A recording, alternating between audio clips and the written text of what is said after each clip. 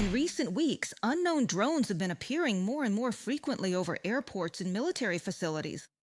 Because of them, operations have to be halted and special services are put on high alert.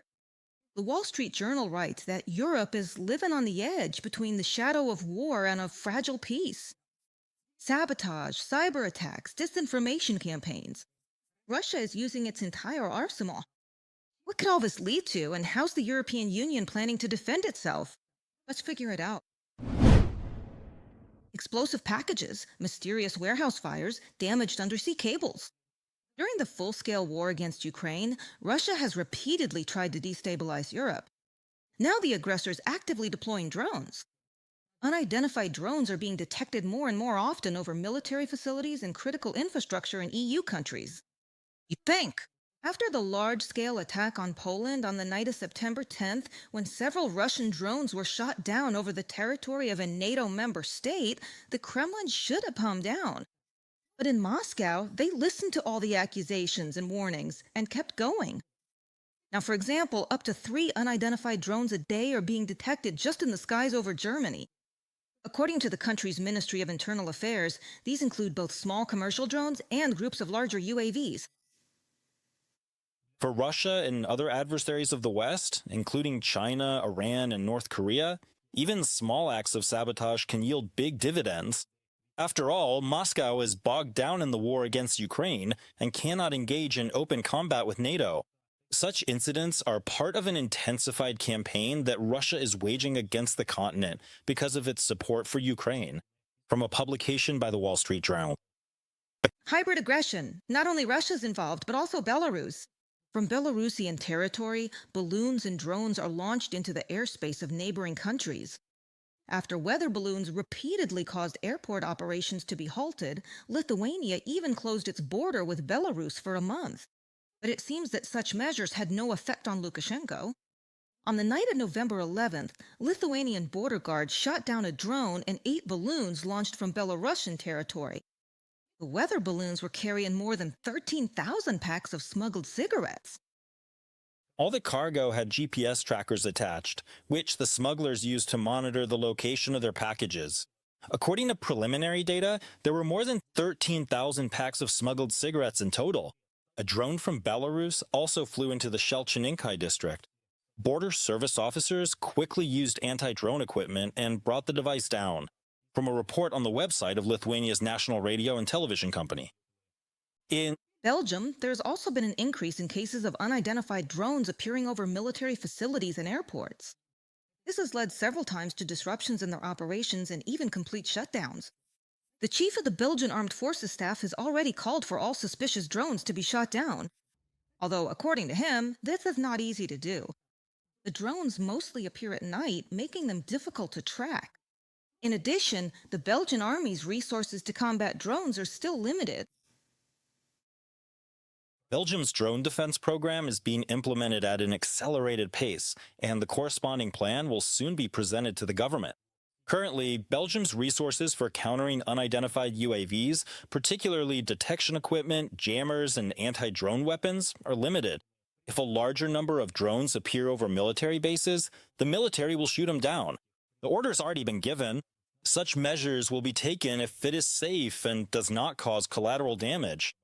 Frederick Van Sina, chief of the General Staff of the Belgian Armed Forces, in an interview with Newsblad. By the way, German Defense Minister Boris Pistorius suggested that there is a direct connection between the recent drone incidents in Belgium and the discussions about using frozen Russian assets. In his opinion, this is how the Kremlin is trying to put pressure on Kiev's partners and intimidate European countries to prevent them from making decisions in favor of Ukraine. We all think so, and so do the Belgians. These actions are meant to sow uncertainty and fear in Belgium. Basically, it's a warning. Don't touch the assets or else. There's no other way to interpret it. In just the past 2 months, 87 suspicious aerial objects have been detected in the territory of the European Union. The Times reports this. Activity was observed in at least 15 NATO countries, most frequently in Germany and Belgium. At the same time, about a third of the drones were headed toward military facilities, including air bases, barracks, and ammunition depots. The problem has grown so large that the Royal Air Force of the United Kingdom has sent its specialists and equipment to Brussels to help combat UAVs. The head of the UK Defence Staff, Richard Knighton, emphasized that all of this vividly demonstrates the threat coming from Moscow and that NATO allies need to strengthen their measures to counter the aggressor's hybrid attacks. The Strategic Defense Review has made it absolutely clear that our future, our present, is unstable and uncertain, and that the threats to the alliance and the United Kingdom are growing. That is exactly why we need modernization. That is exactly why we need to ensure, so to speak, our readiness for combat operations. That is exactly why the government has committed to investing unprecedented amounts in defense over the next several years, more than I have ever seen in my entire career.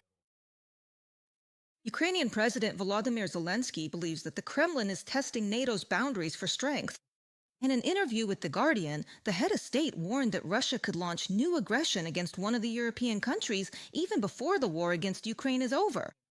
With such actions, Putin aims to undermine the unity of the Allies and destabilize the situation in the region. The Kremlin is waging a hybrid war against Europe and is testing how far it can go, probing the limits of NATO's patience. Putin is in a hopeless situation in terms of achieving real success. For him, it's more of a stalemate. That's why these failures might push him to look for other territories. For us, this is very difficult, but we are at home in defending ourselves. Friendship with Russia is not a solution for America. In terms of values, Ukraine is much closer to the United States than to Russia. In the Pokrovsk direction, Russia has deployed about 170,000 troops, and the fighting in the Donetsk region remains the fiercest. That's the whole story. There is no success for Russia there, and there are many casualties. In October, Russian army losses reached a record level of 25,000 killed and wounded. Volodymyr Zelensky, president of Ukraine, in an interview with The Guardian. The European Commission is currently developing a military Schengen plan, which will simplify the movement of soldiers, equipment, and ammunition throughout the European Union. According to the publication Politico, Europe has 5 years to prepare for a possible war. By 2030, the European Union needs to have a strong enough defensive position to deter an adversary and respond quickly to any acts of aggression. And the main thing here is to act quickly.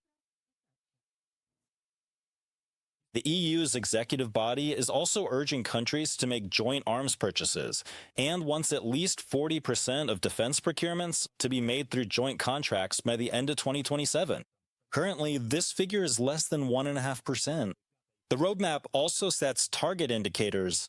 By the year 2028, at least 55% of all arms purchases should come from companies based in the European Union as well as Ukrainian companies. Furthermore, by the year 2030, this figure should increase to at least 60%, according to a report published by Politico.